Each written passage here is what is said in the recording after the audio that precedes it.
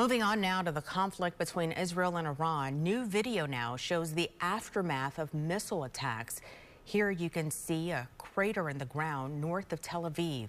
This afternoon, President Donald Trump says he is considering sending members of his administration to meet with Iranians. Christian Cordero has an update from Washington, D.C. Today, President Trump and top security officials meeting behind closed doors in the Situation Room hours after his sudden return from the G7 summit in Canada.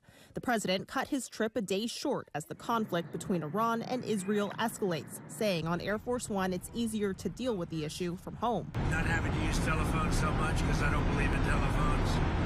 Because people like you listen to them.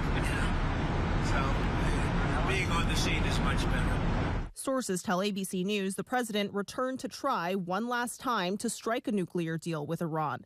Negotiations came to a standstill last week when Israel attacked Iran's nuclear facilities, launching the back and forth of punishing airstrikes that have crippled Iran's defense capabilities and killed hundreds of civilians. And as Trump announced his return, he posted this warning on social media, urging everyone should immediately evacuate Tehran. Highways leaving Iran's capital city, population 10 million, were gridlocked with traffic. Trump later softening his tone, insisting there was no immediate threat. I want people to be safe, and that's always possible. A thing like that could happen.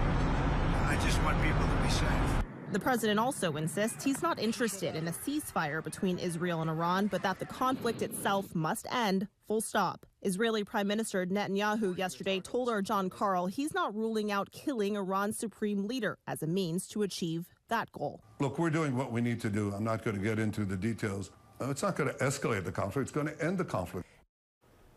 Netanyahu is lobbying for U.S. support, and President Trump hasn't clarified at what point the U.S. would get involved militarily, something that has divided Trump loyalists. Defense Secretary Pete Hegseth has said the U.S. is ready to respond should Iran attack American assets.